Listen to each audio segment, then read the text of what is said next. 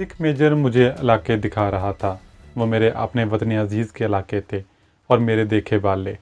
फिर भी मैं इस तरह अदाकारी कर रहा था जैसे इन इलाकों के बारे में पहली बार मालूमात हासिल कर रहा हूँ।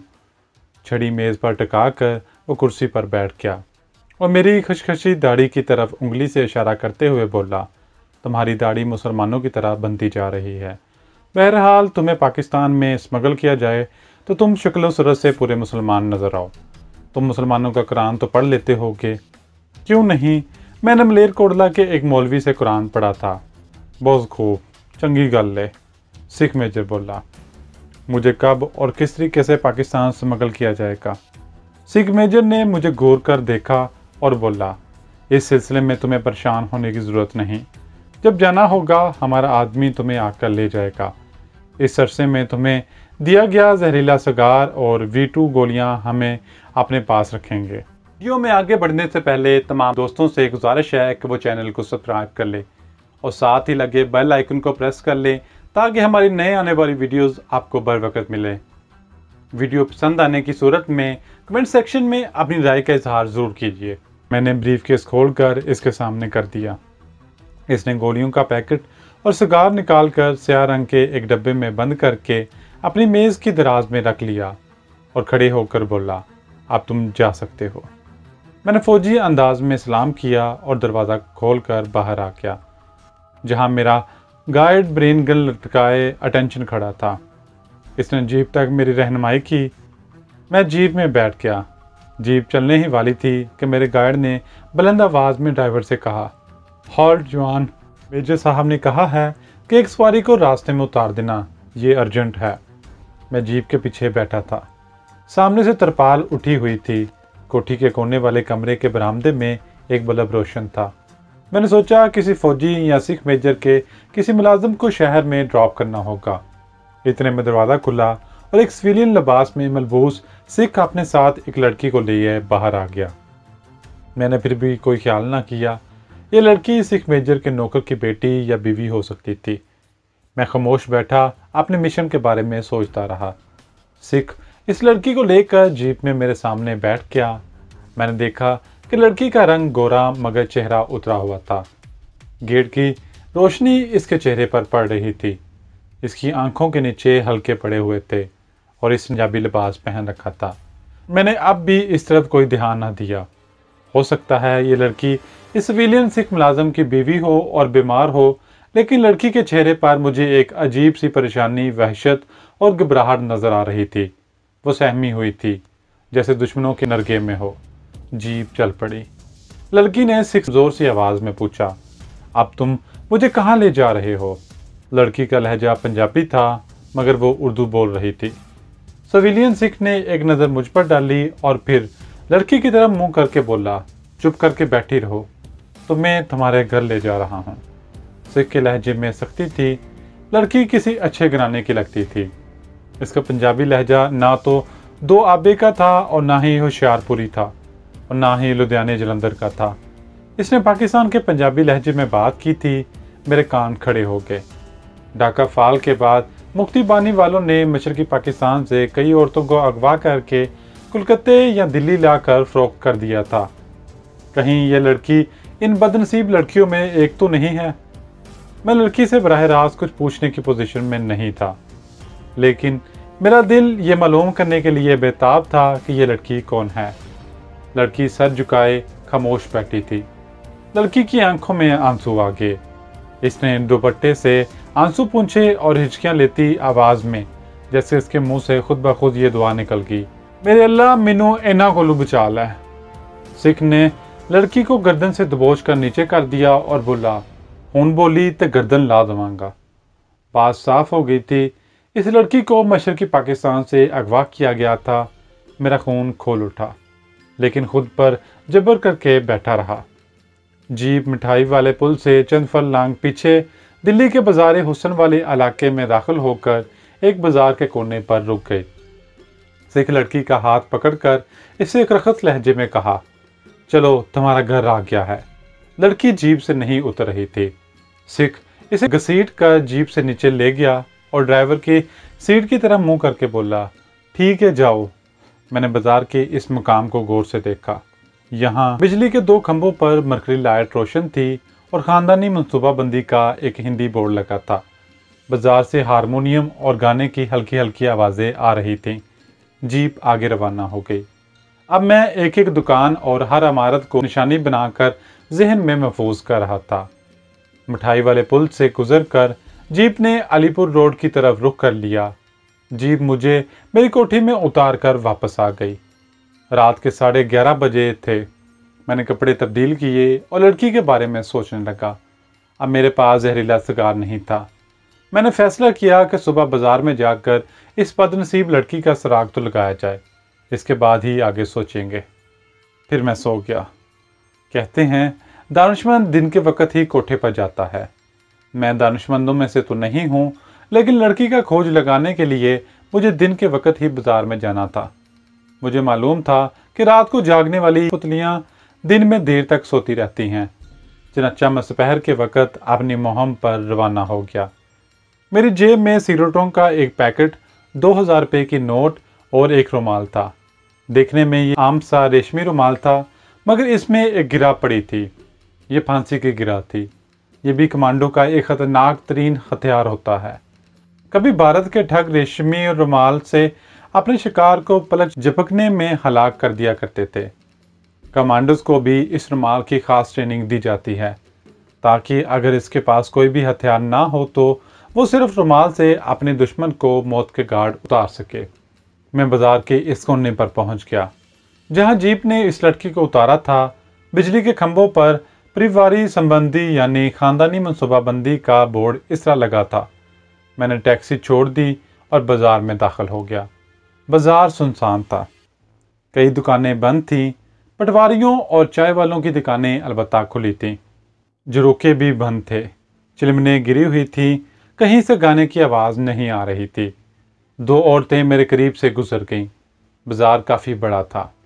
खुदा जाने वो सिख इस लड़की को लेकर किस मकान में गया था। मुझे यही खोज लगाना था। मैं एक चाय वाले की दुकान में जाकर बैठ गया और चाय का ऑर्डर दे दिया। मेरा टारगेट इस होटल में काम करने वाला वो लड़का था जो चाय वगैरह ले जाता था। इन लड़कों को सब खबर होती है, लेकिन मुझे जिस नौकर ने चाय का कप ला कर दिया, इसने मेरे पूछने पर बताया कि वो सिर्फ दुकान पर ही ग्राहकों को निपटाता है। मैंने जेब से 2 रुपये निकाल कर इसे टिप दी तो वो बेहद खुश हुआ और बड़ी राजदारी से मेरी तरफ झुक कर बोला, हजूर, आपको कहीं पनाह बाई की तलाश तो नहीं? वो फर्रुखाबाद गई हुई है, अगले महीने आएगी। कई लोग इसका पूछ गए हैं। मैंने सोचा इससे ही कुछ मजाक हो जाना चाहिए। मैंने इसे अपने बारे में बताया। मैं पंजाब से आया हूँ, आगे कोलकाता जा रहा हूँ। चंडीगढ़ में 3 कोठे चलाता हूँ। कोलकाता में मशरक़ी पाकिस्तान से अगवा की हुई औरतें लाई गई हैं, इसलिए वहाँ जा रहा हूँ। लेकिन भनक पड़ी है कि यहाँ भी ऐसी औरतें मौजूद हैं, लेकिन मैं किसी से वाकिफ़ नहीं हूँ। मैंने जेब से 10 रुपये का एक नोट निकाल कर इसकी तरफ बढ़ाया। इसने जल्दी से नोट लेकर सदरी की जेब में रखा और झुक कर बोला, हजूर, यहाँ सिर्फ एक लड़की आई है बंगाल से, पंजाबन है, रुक्मनी बाई के पास है। आप कहें तो मैं किसी से बात करूं? मैंने रुक्मनी बाई का पता मालूम करने के बाद इससे कहा कि मैं खुद ही इससे बात करूंगा, और चाय के कप से आखिरी घूंट पीकर बाहर आ गया। रुक्मनी बाई नायका थी और इसका मकान बाजार के कोने पर वाक़या था। 2 मंजिला मकान था। गैलरियों के अंदर खिड़कियों पर चिमनी गिरी हुई थी। एक तंग जीना ऊपर जाता था। मैं तेज़ी से आगे निकल गया और सीधा चांदनी चौक में आ गया। यहाँ मैंने मुख्तलिफ दुकानों पर से अपने मतलब की कई चीज़ें खरीदी। मनकों की मालाएं, कड़े, कानों में डालने वाले मुंदरे, लोहे की एक छड़ी जो आगे से मुड़ी हुई थी। इनके अलावा मैंने गेरवे रंग का खद्दर भी खरीदा। मैं साधु के बेस में रुक्मनी बाई के यहाँ जाना चाहता था। कोठी में आकर मैंने ये सारा सामान अलमारी में रख दिया। साधु संतों के बारे में मेरी मालूमात काफ़ी वसी थी। मैं इनके हर तबके और धर्म के मुख्तलिफ मुक्तबा हाय ख्याल से वाकिफ़ था। मुझे मालूम था कि भारत के सूबा उत्तर प्रदेश में विष्णु और शिव महाराज की पूजा करने वालों की तादाद बहुत ज़्यादा है, जबकि जनूबी हिंद में महावीर के पैरोकारों की अक्सरियत है। महाराष्ट्र में अंबा देवी की पूजा करने वाले ज़्यादा हैं। शुमाली हिमाचल प्रदेश में माता शेरावाली की पूजा की जाती है। चनाचा मैं शिवजी महाराज के चेले के रूप में रुक्मिणी बाई के पास जाना चाहता था। मैंने रात के बजाय दिन के वक्त वहां जाने को तरजीह दी, क्योंकि इस वक्त रुक्मिणी बाई को फुर्सत होगी और वो मुझे ज़्यादा वक्त दे सकेगी। मैंने नकली दाढ़ी और बालों की विग लगाने का खतरा मोल नहीं लिया, क्योंकि मेरी अपनी छोटी छोटी दाढ़ी थी। अगरचा वो फ्रेंच कट थी, लेकिन मैं इससे अपनी चुर्बे ज़बानी से निभा सकता था। और फिर मॉडर्न साधु लंबी लंबी दाढ़ियों से ग्रेज करते हैं, बल्कि अक्सर दाढ़ियां मुंडवा भी देते हैं। रात 9 बजे के बाद मैंने सिख मेजर की फ़ोन कॉल का इंतज़ार शुरू कर दिया। बलाए नागहानी की तरह किसी भी वक्त फ़ोन आ सकता था। 11 बजे रात तक सोते जागते की हालत में रहा, फिर नींद आ गई। अगले रोज़ मैंने दोपहर का खाना अलीपुर रोड के एक रेस्टोरेंट में खाया। कोठी पर वापस आकर या बदलना शुरू किया।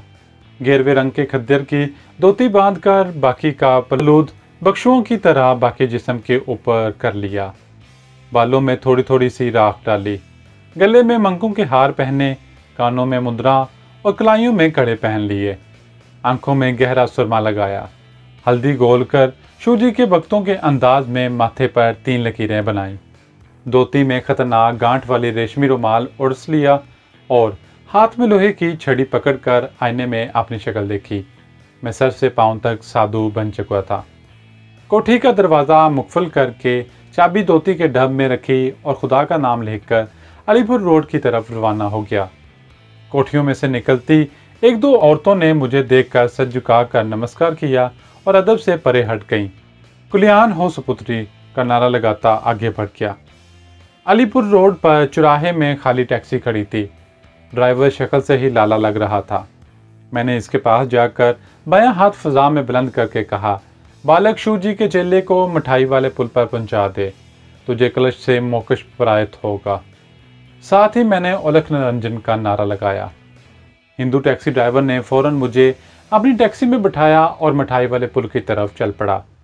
रास्ते में इसने मुझे कई बार अपनी घरेलू परेशानियों का हाल सुनाया और प्रार्थना की दरख्वास्त की। मैं इसे तसल्ली देता रहा। मंजिल पर पहुंचकर मैंने टैक्सी छोड़ दी और बाजार में दाखिल हो गया। इस बाजार में साधु सन्नत और नकली कलंदर किस्म के लोग अक्सर आते रहते थे, जो ज़ईफुल एतकाद औरतों की जहालत का पूरा फ़ायदा उठाते और पेट पूजा करने के अलावा इनसे दक्षिणा भी बटोरते थे। चनाचा मेरी तरफ किसी ने कोई ख़ास तवज्जो नहीं दी। मैं सीधा रुक्मिणी बाई के मकान के नीचे जाकर खड़ा हुआ और लोहे की छड़ी वाला हाथ ऊपर उठाकर सनत तुलसीदास का एक दोहा बुलंद आवाज में पढ़ा। कुछ लोग मेरे इर्द गिर्द खड़े हो गए। मैंने दूसरी बार दोहा पढ़ा, मगर ऊपर से किसी ने खिड़की खोलकर नीचे ना देखा। मुझे बड़ा गुस्सा आया। मैंने ज़मीन पर जोर से लोहे की छड़ी मारी और चिल्लाकर कहा, रुक्मिणी बाई, शिवजी का चेला गुरु अलख निरंजन गोरखनाथ का दुलारा, तेरी डूबती नैया को पार लगाने आया। क्या तू अपने घर के द्वार नहीं खोलेगी? थोड़ी ही देर में खटाक से खिड़की खुली। ऊपर से एक 1.5 उम्र की गुलाबी साड़ी और गजाब लगे बालों की वाली बदसूरत सी औरत ने झांक कर देखा और वहीं से हाथ जोड़कर बोली, गुरुदेव, कवाड़ खुले हैं, पधारिए। मैं शहाना जलाल के साथ कदम बढ़ाता जीना चढ़ने लगा। ऊपर जाकर मालूम हुआ कि रुक्मिणी बाई तख्त पर कालीन का टुकड़ा बिछाए सो रही थी। जमीन पर चांदी का फर्श बिछा हुआ था। एक तरफ उगलदान और मुंह हाथ धोने वाली सल्फची रखी हुई थी। पानदान तख्त के पाए के साथ पड़ा था। दीवार पर हिमा मालिनी और रेखा की कद आदम तस्वीरें लगी थी। छत से एक फानूस लटक रहा था। एक सूखा मरियल किस्म का तबलची दीवार की तरफ मुंह किए फर्श पर सो रहा था।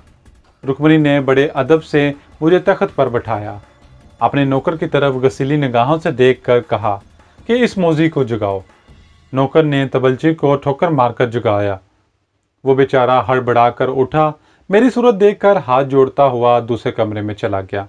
मैंने साधु महात्माओं की तरह हाथ बुलंद करके कहा, रुक्मिणी बाई, गौर से ये शब्द सुन। जहाँ बाज बासा करे पंछी रहे ना कोई, प्रेम बहाव पर काशिया सब कुछ क्या भगोए। मैंने हिंदी, संस्कृत और प्राकृति के ऐसे ऐसे लफ्ज़ निकाल कर बोले कि रुक्मिणी बाई पर ज़बरदस्त रौब बैठ गया। इसने मेरे लिए दूध, फल और चाय मंगवाई। मैंने इन सब चीज़ों को हाथ लगा कर कहा, इसे मेरी तरफ से दान कर देना। मैंने इस अयार नायिका को बहुत जल्द अपने दाम में जकड़ लिया। अब मैं अपने मतलब की तरफ आना चाहता था, यानी ये मालूम करना चाहता था कि जिस पाकिस्तानी लड़की की खोज में मैं वहाँ आया था और वो कहाँ है। रुक्मिणी का हाथ देखकर इसे कहा कि वो किस्मत की धनी है, इसके पास गैब से कोई ख़जाना आ गया है, मगर इसके और ख़जाने के दरमियान एक दीवार खड़ी है जिसको गिराना इसके बस में नहीं है। नायिका ने फ़ौरन मेरे पाँव पर सर रख दिए और बोली, महाराज, आपको दिल का हाल मालूम हो गया, अब आपसे क्या पूछ छुपा सकती हूँ। मैं समझ गया वो किसकी बात कर रही थी। मैंने आंखें बंद कर ली और हिंदी, संस्कृत मिली उर्दू ज़ुबान में नायिका को समझाया कि ये लड़की इसके लिए लक्ष्मी साबित होगी। वो इसके लिए ज़रूर जवाहर के ढेर लगा देगी। बड़े बड़े नवाब, जगीरदार और कारखानादार इसका गाना सुनने आया करेंगे। मगर साथ ही मैंने इस अमर का भी ऐलान कर दिया कि इस वक्त लड़की के सर पर सनीचर सवार है। इसका असर ज़ायल करने के लिए मुझे एक ख़ास अमल करना पड़ेगा। वो दौलत की रेल पेल का सुनकर खुशी से नहाल हो गई, तो मैंने इसे सूरज डले अपने आश्रम में लाने का हुक्म दिया। पहले तो कुछ हिचकिचाई, लेकिन जब मैंने इसे बताया अगर शिवजी की मूर्ति के इसे फेरे ना दिए गए और रगे वेद के मंत्रों का जाप ना हुआ तो ये लक्ष्मी इसके हाथ से निकल जाएगी, तो वो तैयार हो गई।